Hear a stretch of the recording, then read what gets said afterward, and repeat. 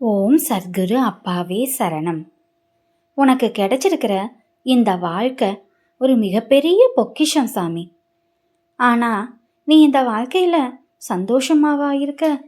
எப்பவுமே அழுதுட்டு வேதனைப்பட்டு கவலையோடவே தான் இருக்கு. நீ கவலைப்படுறதால உன் கஷ்டங்கள் எல்லாம் ஒரே நாள்ல முடிஞ்சிட போகுதா சொல்லு? அதுக்காக இந்த கவலைகளும் கண்ணீரும் என் காலம் முழுக்க வருமா அப்படின்னு நினைக்காத சாமி. எல்லாம் மாறும். உனக்கான காலம் வரும். நீ இப்ப அனுபவிக்கிற வேதனைகளை விட பல மடங்கு சந்தோஷம் உனக்கு கிடைக்கும். எல்லாரோட வாழ்க்கையிலையும் கஷ்ட நஷ்டங்கள் இருக்கும் சாமி. அதுக்காக அந்த கஷ்டத்தையே நினைச்சு உட்காந்துட்டா அடுத்த வேலையை எப்படி செய்ய முடியும் சொல்லு? வாழ்க்கை எப்பவுமே ஒரே மாதிரி இருக்காது சாமி. சில நேரங்களில் சந்தோஷங்களும் வெற்றிகளும் உன்னை தேடி வரும். அதே சமயம் சில நேரங்களில் நீ எதிர்பார்க்காத கஷ்டங்களும் உன்னை தேடி வரும். இதை எல்லாத்தையும் தாண்டி வாழ்ந்துதான் சாமி ஆகணும்.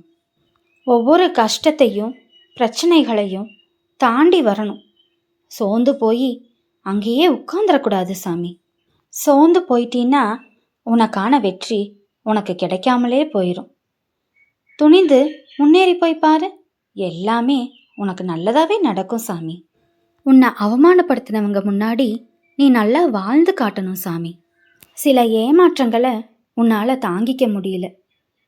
மனசுக்குள்ள உன்னை வச்சுட்டு வெளியே நல்லவங்க மாதிரி பேசுறாங்கப்பா. யார் நல்லவங்க யார் கெட்டவங்கன்னே தெரியலப்பான்னு சொல்ற.